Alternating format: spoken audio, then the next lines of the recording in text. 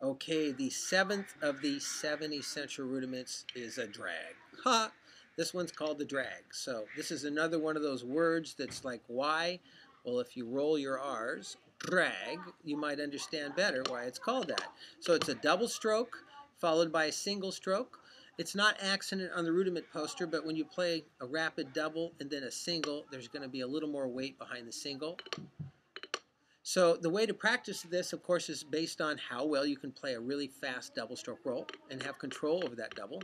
And then you drop a single right after it. So it's like a flam in that you have a grace note preceding a primary stroke, but to make it even thicker, you add 2.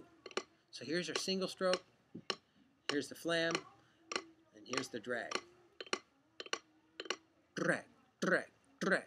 So if I'm practicing these, I would do the same procedure as with the flams. I'm going to practice one drag at a time. For me, it'd probably be my lefts because I like to play doubles with the right very well, at least to start with, and I'd work them up to speed, trying to see if I can keep that same quality and just go from one to the other faster as I go. Then reverse it. You can see, of course, the primary stroke stays high at all times.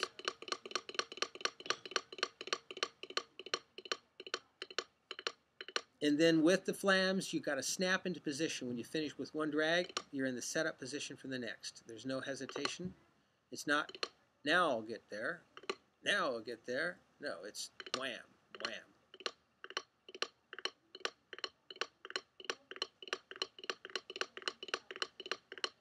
So if you get these down really well, then you can play like paradiddles really fast.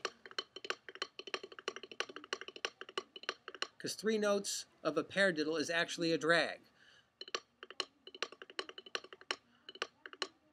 Now there's another kind of drag that's used in classical music, which is sometimes called the orchestral drag in college, versus the one we played, which is often referred to as the rudimental drag. In this one, you take the double and you just squeeze it into a buzz. So, real drag, rudimental drag, orchestral drag. Zuck, zuck. So I like to practice these as well. I've used these in some concert snare drum work and classical snare drum excerpts to really work on a nice little touch. But the rhythm is much more pronounced, of course, when they're doubles. So again, the hand position, primary stroke's high, the grace notes are low, and you want to try, if you're going to be repeating them, to keep that coming up or alternating, switch hand positions very quickly.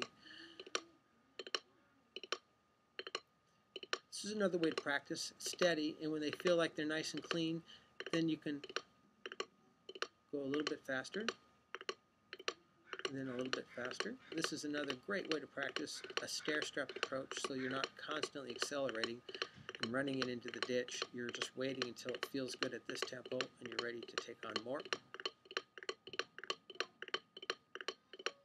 So some of the more complicated rudiments, this is a great way to practice. Instead of just steadily speeding up and slowing down, you can stair-step up. So I've tried all these different methods of practicing, all so that I can basically understand what each hand's doing separately and then put it back together, and then everything seems to work a lot better. So stay tuned. Upcoming down the road, we're going to do some more discussion on my interpretation of the Moeller method, and then I'm going to let you in on a couple of secrets about how I play, shifting my fulcrum from my index finger to my middle.